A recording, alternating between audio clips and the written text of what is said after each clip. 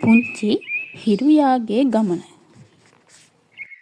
එකෝමත් එක කාලයක එකෝමත් එක ගමක කඳු වලින් වට වුණු ගස් වලින් පිරුණු ලස්සන සුන්දර ගම්මානයක් දකුණු ප්‍රදේශයේ කෙළවර පිහිටා තිබුණා.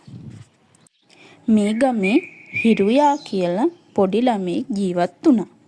ඔහු හුදෙකලාව ජීවත් වුණ නිසා හොඳ යහළුවෙක් සොයා ගැනීමට උතුරු ප්‍රදේශය බලා ගමන් කිරීමට තීරණය කරනවා. සුන්දර මාවත් දිගේ ඔහු සෙමෙන් ඉදිරියට ඇදෙනවා. යන අතර මග ඔහුට කතා කරන ගිරවෙකු පළතුරු වතු යායක සිට හමු වෙනවා. ඔහු එම ගිරවා සමග කතා කරමින් ඉදිරියට ඇදෙනවා. මෙසේ ටික දුරක් ගමන් කරන විට ඔහු තවත් ලස්සන මල් වත්තකට ඇතුළු වෙනවා. මෙහිදී ඔහුට කතා කරන ලස්සන මොණරෙකු මුණ ගැහෙනවා. ඔහු මොණරා සහ ගිරවා සමග කෙමෙන් උතුරු ප්‍රදේශය දක්වා ගමන් කරනවා. මෙසේ සෙමෙන් ඉදිරියට ඇදෙන විට ඔහුට විශාල උල් කටු සහිත කටුපඳුරු පිරුණු භූමියක් පසු කර යාමට සිදුවිය.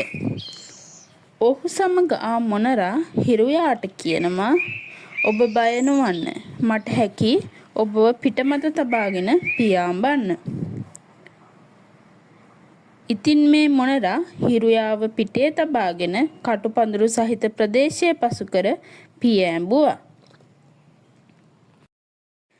ඉන්පසු නැවතත් ගමන් ආරම්භ කළ ඔවුන්ට මගදී මුවන්, ලේනුන්, හාවන් වැනි සතුන් හමු වෙනවා.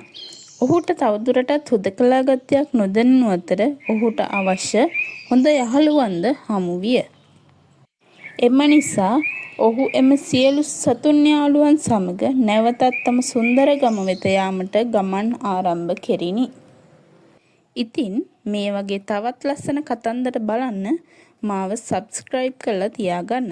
අමතක නොකර ලයික් එකක් දාලා කමෙන්ට් එකක් දාලා යන්න. ගිහින් එන්නම්.